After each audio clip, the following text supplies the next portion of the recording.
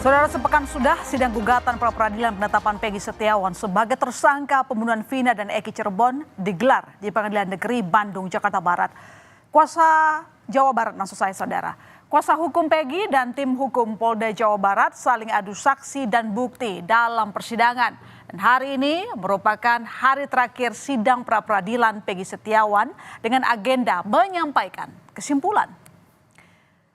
Sidang pra-peradilan penetapan Peggy hari ini tiba di bagian kesimpulan. Sidang hari ini hanya berlangsung singkat. Hakim Tunggal Eman Sulaiman berjanji akan memutus sidang pra-peradilan Peggy Setiawan pada Senin depan 8 Juli 2024 dengan objektif. Tim kuasa hukum Polda Jabar bersikukuh menolak dalil-dalil permohonan kuasa hukum Peggy Setiawan yang dilontarkan dalam sidang pra-peradilan di Pengadilan Negeri Bandung. Sementara tim kuasa hukum Peggy Setiawan meyakini gugatan pra-peradilan yang diajukan bakal dikabulkan Hakim Tunggal Eman Sulaiman. Ini karena dalam sidang pra-peradilan Polda Jabar tidak memiliki bukti bahwa Peggy Setiawan adalah Peggy Peron yang dirilis dalam daftar pencarian orang DPO selama 8 tahun. Jadi pada hakikatnya kami menolak dalil-dalil apa yang disampaikan oleh para pemohon. Ya, mulai dari pemeriksaan para saksi, kemudian ahli pun dari pihak mereka juga sama mendukung kami.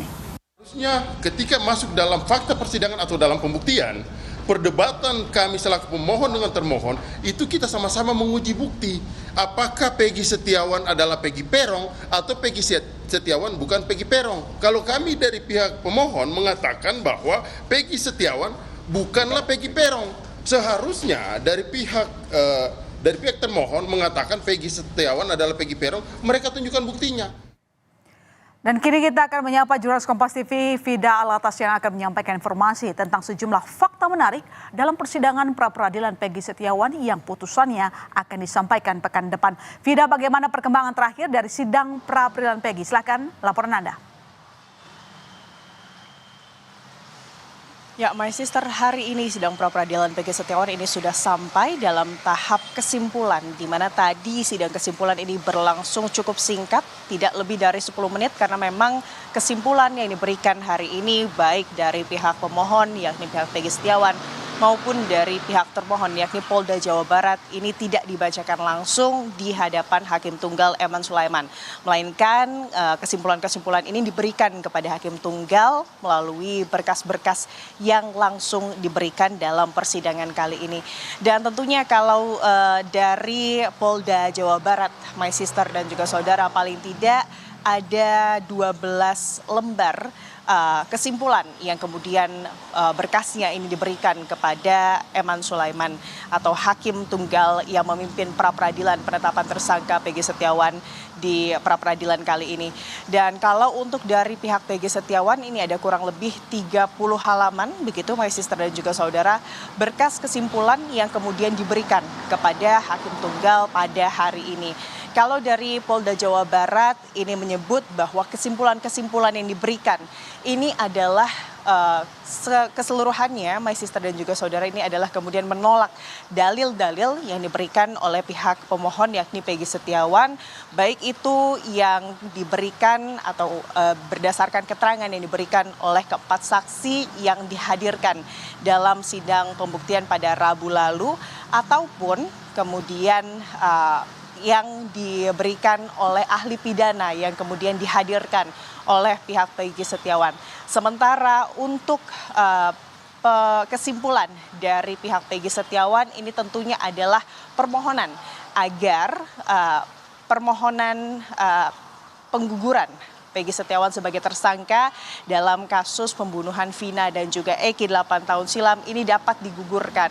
Alasannya tentunya, My Sister dan juga saudara, karena pihak Peggy Setiawan menilai bahwa pihak kepolisian selama sidang pra-peradilan ini berlangsung tidak bisa membuktikan bahwa klien mereka Peggy Setiawan ini adalah Peggy Peron, DPO yang kemudian selama ini diburu, yang kemudian juga dimaksud oleh penyidik dari Polda Jawa Barat.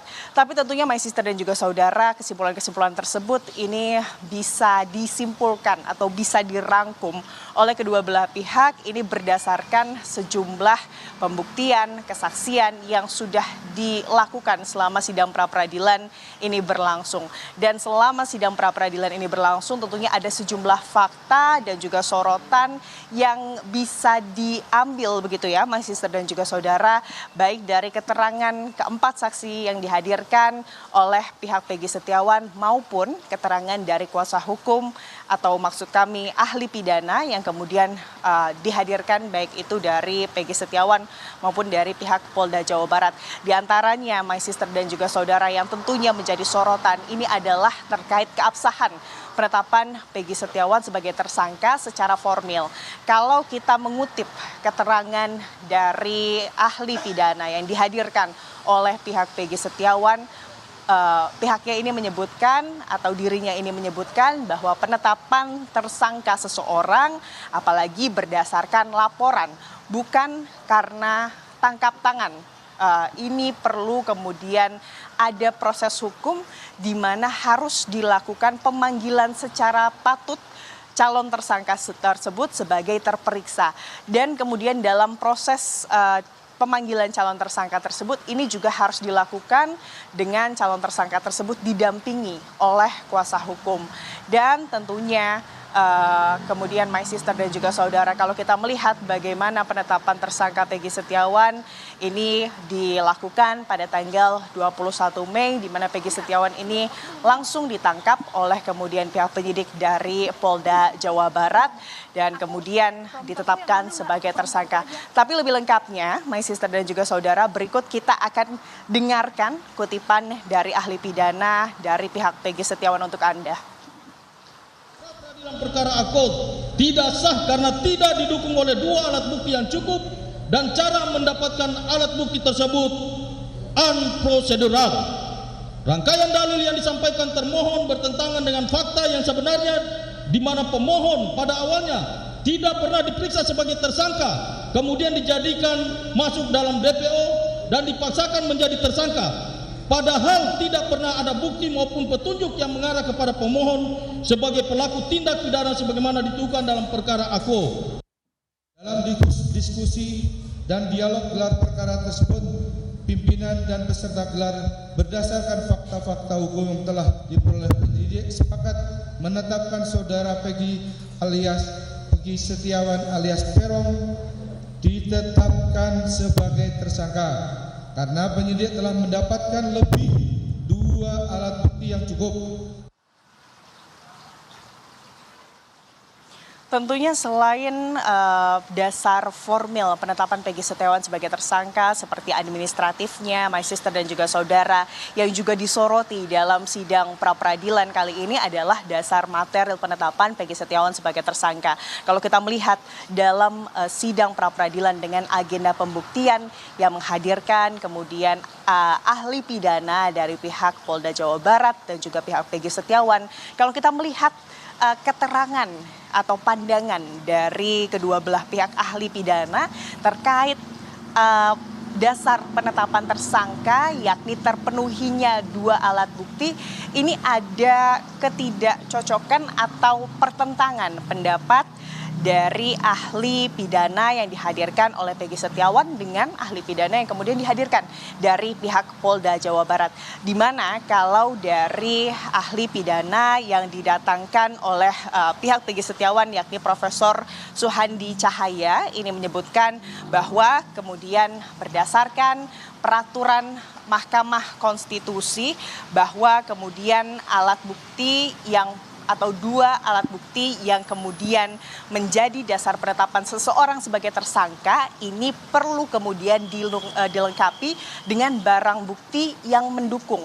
Artinya di sini, my sister dan juga saudara, jika kemudian penetapan seseorang sebagai tersangka ini bukan karena tangkap tangan, perlu adanya barang bukti pendukung atau alat yang kemudian digunakan oleh tersangka sebagai alat yang digunakan untuk melakukan tindak pidana. Sementara kalau dari pihak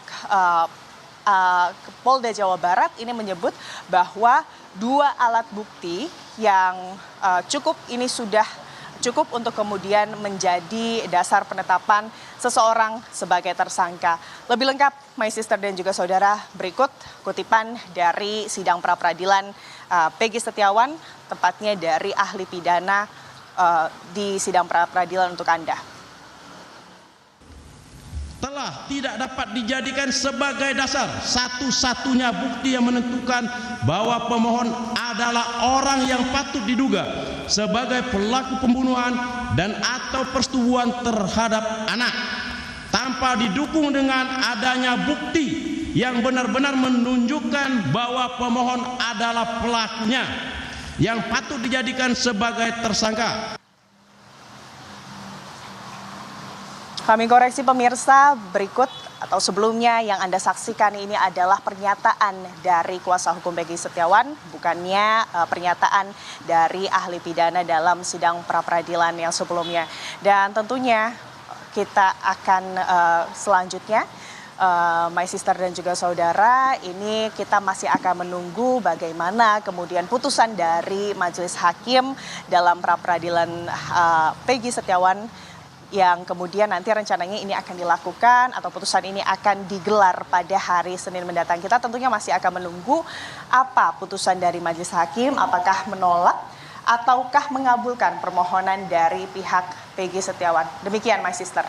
Ya, Vida, terima kasih atas laporan Anda. Seperti yang Anda sebutkan sebelumnya bahwa kita akan menunggu putusan pihak mana yang benar, Polda Jabar atau justru pihak Peggy. Terima kasih, selamat kembali bertugas. Saudara, satu angkatan siswa lulusan sebuah